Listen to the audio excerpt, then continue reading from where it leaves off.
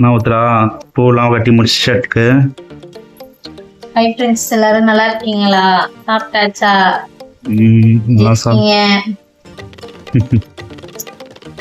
பூலாம் கட்டி முடிச்சாச்சு. நேரத்திலே பூ கட்டி முடிச்சாச்சு. இன்னைக்கு நேரத்தோடயே உட்காந்துட்டேன், அதனால இன்னைக்கு நேரத்தோடயே கட்டி முடிச்சாச்சு. அப்படியா? காலையில இருந்து ரொம்ப பிஸியா? காலையில இருந்து இன்னைக்கு பசங்களுக்கு எல்லாம் ஒரு வாரம் கழிச்சு ஸ்கூல் ஓபன்ல. எப்போதுமே லீவுன்றதுனால கொஞ்சம் அசால்ட்டா இருந்தேன், பொறுமையா செஞ்சிட்டு இருந்தேன் வேலை. இப்போ வந்து ஸ்கூலுன்றதுனால கொஞ்சம் காலையிலே வேலை, அப்புறம் உடனே மதியான சாப்பாடு, அப்புறம் பூ வந்தது. இன்னைக்கு பூ கடகடன்னு கட்டியாச்சு. என்னமோ மதியான சாப்பாடு சாப்பிட்டு பசங்களை போய் கூட்டுட்டு வரணும். அதுக்கு இடையில ரேஷன் கடைக்கு வேற போயிட்டு வரணும். தீபாவளிக்கு ஆஃபர் அங்க போட்டிருக்காங்க ரேஷன் கடையில. ரேஷன் கடையில என்ன ஆஃபர் போட்டிருக்காங்க தீபாவளிக்கு? தெரியல, என்னமோ சொல்லிக்கிட்டாங்க, என்னன்னு தெரியல. ஏதோ தரேன்னு தான் சொல்லி இருக்கிறாங்களாம். தீபாவளிக்கு என்ன ஆஃபர், என்ன தரேன் என்னன்னு தெரியல, நான் கேள்விப்பட்டேன், அதான் உங்கள்கிட்ட கேக்குறேன். எனக்கு தெரியலையே என்ன போட்டிருக்காங்கன்னு தெரியல. இன்னும் ஒன்னும் சொல்லல, ஆனா ஏதோ பொருள் உண்டோ இல்ல காசு உண்டோ என்னமோ சொல்லிட்டாங்க. சரி, அப்புறம் வேற என்ன ஸ்பெஷல் இன்னைக்கு? என்ன சாப்பாடு நம்ம வீட்டுல? ஸ்பெஷல்னு பாத்தீங்கன்னா, நான் பாக்குறத விட நான் சொல்றதை விட நீங்க பார்த்தா நல்லா இருக்கும். இன்னைக்கு நான்வெஜ் தானே, எனக்கு தெரியும். அது நான்வெஜ்ல ஸ்பெஷல் என்ன செஞ்சிருக்கிற? இன்னைக்கு கொஞ்சம் டிஃப்ரெண்டா சிக்கன் செஞ்சிருக்கேன். ஆமா, எனக்கு பிடிச்ச மாதிரி செஞ்சிருக்கேன். ரொம்ப நாளா ஆச்சு. புரட்டாசி நம்ம வீட்டுல சிக்கனா?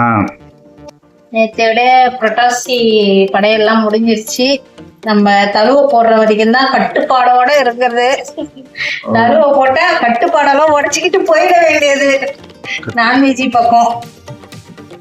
அதனால நம்ம வீட்டுல சிக்கன். சில பேர்லாங்க, அதாவது எப்படி சொல்றது, இவ்வளவு நாள் சாப்பிடலையா நிறைய எடுப்பாங்க. அது வந்து எனக்கு பிடிக்காது. ஒரு நாளைக்கு ஒண்ணு சாப்பிடணும். ஆமா, எல்லாத்தையும் ஒரே டைம் பார்த்தாக்கா சாப்பிடவே தோணாது, நல்லா இருக்காது. இன்னைக்கு ஒண்ணு நாளைக்கு ஒண்ணு. இன்னைக்கு சிக்கன் புரட்டாசி பிறக்க போறதுனால சில பேர் ஒரே நாள் எல்லா டிஷ்ஷும் செய்வாங்க.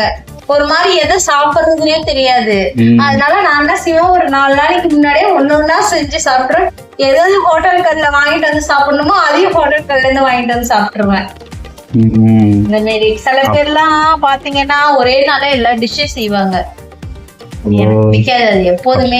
இப்ப நம்ம வீட்டுல இனிமே டெய்லி நான்வெஜ் தான். ஆமா, அதனால அதை விட இத பாருங்க, இத பாத்தீங்களா? நான்வெஜ்னு சொன்னே புட்டான தோசியா? என்னது இது? எவ்வளவு இருக்குன்னு சொல்லுங்க. புதுசா பாத்திரம்லாம் எடுத்துருக்குற, என்ன விசேஷம்? எவ்வளவு இருக்குன்னு கேக்குறியா? எவ்வளவு இருக்குன்னு சொல்லுங்க, உங்களுடைய கெஸ்ஸிங். இன்னைக்கு ஒரு ஜெக்கு, பிளாஸ்டிக் ஜெக்கு வாங்க போனாவே 30 ரூபா 35 ரூபா இருக்கும். மக்கு அப்படி உள்ள பொருள் நல்ல வெயிட் இருக்கு, நல்ல முடியோட இருக்கு. எவ்வளவுன்னு சொல்லுங்க. நான் ஒரு 700 ரூபா 800 ரூபா இருக்குமா? ஆங்க, நீங்க வேற. நான் நல்ல காதல வந்து பிடிக்கிட்டு போயிடுவாரு. ஓ, அப்போ உங்க வீட்டுக்காருக்கே விலை குடுக்குது, நீ இவ்வளவு விலை கம்மியா இருக்கு. ஆமா, டபரா என்ன இதுன்னா ஒரு 4 கிலோ சாதம் பிடிக்காது. சாதாரணமா 2.5 கிலோ. இது 3 எவ்வளோ சேர்த்து 450 ரூபாய்க்கு வாங்கினேன். 450 ரூபாய்க்கா? பரவாயில்லையே, 450 ரூபாய்க்கு. 450 ரூபாய். இது எனக்கு கிடையாது. யாருக்கு இது? இது என்னுடைய தங்கச்சிக்கு. அவங்க வந்து டவுன்ஷிப் பக்கங்க வரவங்க எல்லாம் வந்து இந்த டப்ராவே 900 ரூபாய் சொல்றாங்க. அவ நான் வச்சிருக்கிறத பார்த்து எனக்கு இந்த சைஸ் போதும், எனக்கு அது வாங்கி கொடுங்க மாரி அப்படின்னு. நம்ம வீட்டுக்கு ரெகுலரா ஒரு அண்ணன் எடுத்துட்டு வருவாரு. அந்த அண்ணனை பேசவே விட மாட்டேன், நானே பேசி நானே கடை வச்சு வாங்கிட்டு வந்துருவேன். இந்த மாதிரி எழுதி இருக்கிறாரு. பேனா அவங்க இது 600 ரூபா போட்டிருக்கிறாரு, இது 200 ரூபான்னு போட்டிருக்கிறாரு. பேனா அவங்க கையில கிடைச்சிருச்சு, நீங்களா ஒரு விலைய போட்டுப்பீங்களா அப்படின்னு சொல்லிட்டு காலைல 2த்துக்குமே 400 ரூபாய்க்கு கொடுத்துருக்கிறேன். 50 ரூபா அப்புறமா தரேன் அப்படின்னு சொல்லி அனுப்பிச்சு விட்டேன். அப்படியா? டபரா எடுத்தா அந்த வானல் ஃப்ரீயா? இது வானல் வீட்டுல கொஞ்சம் நோட்டு புக் எல்லாம் பழசு கிடந்ததா, அத போட்டுட்டு காசு தரல. இது எவ்வளவுக்கு வந்தது? இது எவ்வளவு சொன்னா? 150 தான். இது வந்து எனக்கு டப்புன்னு இதான் தேவைப்படும், அதனால சரின்னு சொல்லிட்டு இது மட்டும் தான் நான் எடுத்தேன். இது எனக்கு கிடையாது, என்கிட்ட இருக்கு. நான் 2-3 வச்சிருக்கிறேங்க. நான் புதுசாவே வாங்கி வச்சிருக்கிறேன் மேலலாம். அதனால அவளுக்கு என் தங்கச்சிக்கு தான் எடுத்தேன். இது நல்லா வெயிட்டா இருக்கு. இது 450 ரூபாய்க்கு எடுக்கலாமான்னு சொல்லுங்க.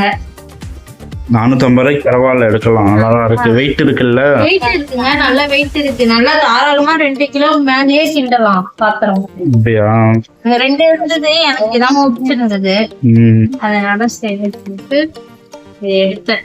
ஜஸ்ட் இப்ப இந்த நீங்க ஒரு பாத்திரக்கல்ல போய் பாருங்க, ஒரு சின்ன தட்டு 30 ரூபாய்க்கு 40 ரூபாய்க்கு சொல்லுவாங்க. அந்த மாதிரி எல்லாம் விலை ஏறிடுச்சு. சில்வர் தட்டி 70 ரூபாய் 80 ரூபாய் சொல்லுவாங்க. அதுக்கே வெயிட்டே இருக்காது.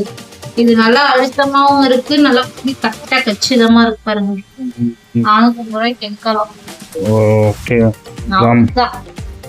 சரி, ஓகே சரி, சாப்பிடலாமா? பசிக்குது. இன்னைக்கு வேற நான்வெஜ் வேற செஞ்சிருக்கிறேன். எனக்கு வேற வயிறு ரொம்ப பசிக்குது. சாப்பிடலாவா? ஓகேவா? ஓகே. என்ன உத்ரா, இன்னைக்கு என்ன நம்ம வீட்டுல ஸ்பெஷலு? நீங்க நம்ம வீட்டுல ஸ்பெஷல் பாத்தீங்க. என்ன ஸ்பெஷல் நான் சொல்றதை விட நீங்க தான் பாக்குறது நல்லது. பாருங்க, நல்லா சுட சுட சாதம். ஓகே. இதை விட நல்லா சூப்பரான சிக்கன் கிரேவி மண் சட்டியில செஞ்சிருக்கிறேன். மண் சட்டியில செஞ்சாவே நல்லா சூப்பரா இருக்கும். அது இன்னைக்கு கொஞ்சம் டிஃப்ரெண்டா, நான் எப்போதும் ஒரே மாதிரி தான் செய்வேன், ஆனா இன்னைக்கு கொஞ்சம் டிஃப்ரெண்டா செஞ்சிருக்கிறேன். நல்லா சிக்கன் கிரேவி. நான் குழம்பாலாம் வைக்கல, வெறும் சாதத்துல போட்டு சாப்பிட்டுட்டு அதுக்குவே ரசம், நல்லா மிளகு ரசம் சூப்பரா போட்டுட்டு சாப்பிட்ற மாதிரி. சாம்பார் இருந்தால் கொஞ்சம் சாம்பார் வைக்கலான்னு பார்த்தேன், டைம் இல்லையா, அதனால சரி சாம்பார் வைக்கல. இன்னைக்கு இதான் நம்ம வீட்டுல லஞ்ச். வாங்க, நான் டேஸ்ட் பார்த்து எப்படி இருக்குன்னு சொல்றேன். டேஸ்ட் பார்த்து எப்படி இருக்குன்னு சொல்றியா? டேஸ்ட் பார்க்காமே நல்லா இருக்கும், இருந்தாலும் இந்த வாழை வேற பெருசா போட்டுக்கிற. ஆமா, வாழை. வாழலையோட சாப்பிடுற பிளானோட இருக்க இன்னைக்கு. Okay okay, super. நீங்க தான் கேட்பீங்க. வாழை நான் எனக்கு இருக்குல்ல இடல. இருக்கு. ஓகே.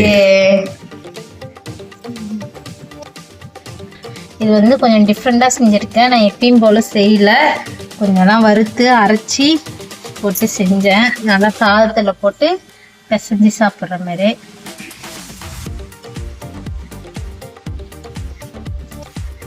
இந்த மாதிரி சாப்பிட்டா எனக்கு ரொம்ப பிடிக்குங்க. எனக்கு குழம்பு வச்சு சாப்பிட்றத விட இப்படி சாப்பிட்டா தான் ரொம்ப பிடிக்கும்.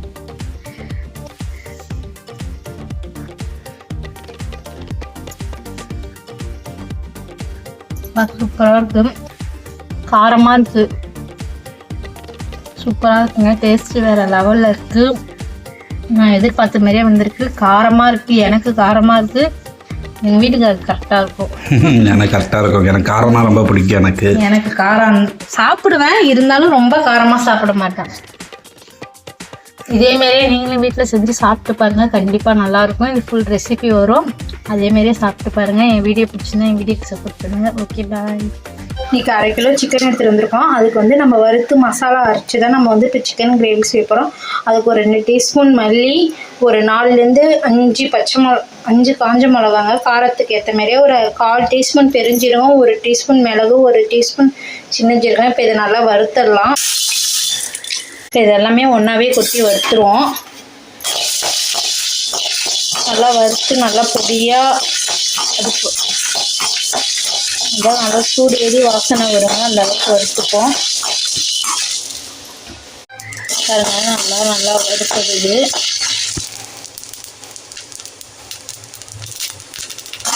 நல்லா வாசனை வருதுங்க.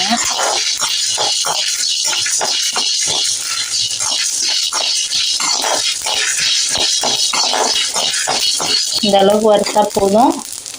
இதை நல்லா ஆற வச்சு நம்ம பொடியாக நசுக்கிட்டு வந்துடுவோம்.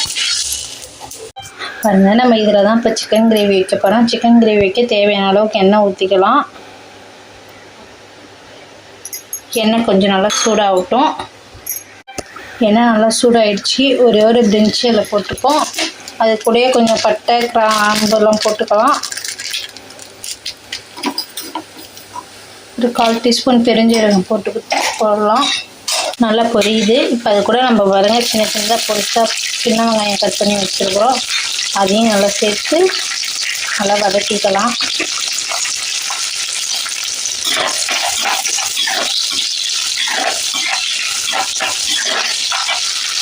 பாருங்க நல்லா வதங்குது. இப்போ அது கூட கொஞ்சோண்டு உப்பு சேர்த்துப்போம். உப்பு சேர்த்துக்கிட்டு கொஞ்சோண்டு கருவேப்பிலை சேர்த்துக்கலாம். சேர்த்துட்டு இது நல்லா வதக்கிக்கலாம். இன்னும் கொஞ்சம் நல்லா வதங்கட்டும். பாருங்க இந்த அளவுக்கு நல்லா வதங்குது. இப்போ இதில் ஒரு 2 டீஸ்பூன் இஞ்சி பூண்டு பேஸ்ட்டு சேர்த்துக்கலாம்.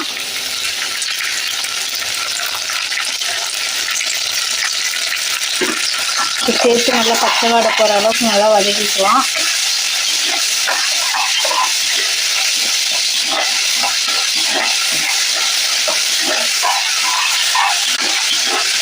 நல்லா இஞ்சி பூண்டு பேஸ்ட் நல்லா பச்சை வாடை போகிற அளவுக்கு வதக்கி வச்சு நான் ஒரு பெரிய தக்காளி கட் பண்ணி வச்சுருக்கேன். அதை சேர்த்துப்போம்.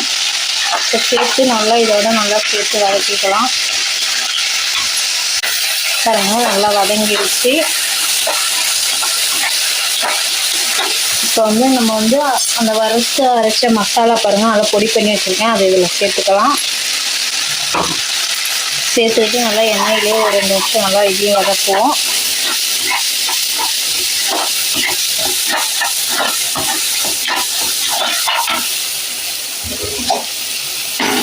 வதங்கினா நான் ஒரு 1/2 கிலோ சிக்கன் எடுத்து வச்சுருக்கேன். கழுவி அதை சேர்த்துக்கலாம்.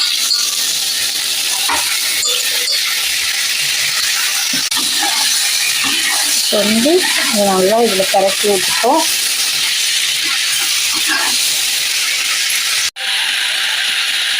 இதில் கொஞ்சம் நம்ம மஞ்சத்தூள் போட்டுப்போம். மஞ்சத்தூள் போட்டு கிண்டி ஒரு 2 நிமிஷம் நல்லா இந்த எண்ணெயிலே நல்லா வதங்கட்டும்.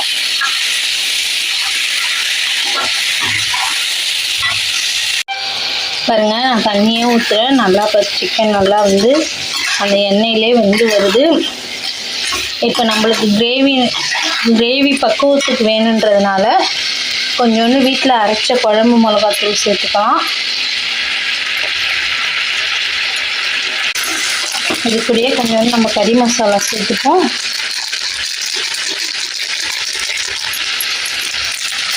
போதும். நல்லா எல்லாமே போட்டு கிண்டி விட்டுட்டேன். மிளகாத்தூள் போட்டு இப்போ இதில் உப்பு மட்டும் கொஞ்சம் கம்மியாக இருக்குது. உப்பு போட்டுக்கலாம். நம்மளுக்கு கிரேவி பக்குவத்துக்கு வேணுன்றதுனால கொஞ்சமாக தண்ணி ஊற்றி ஒரு சிம்மிலே வச்சு ஒரு 5லேருந்து 10 நிமிஷம் நல்லா வேக விடுவோம்.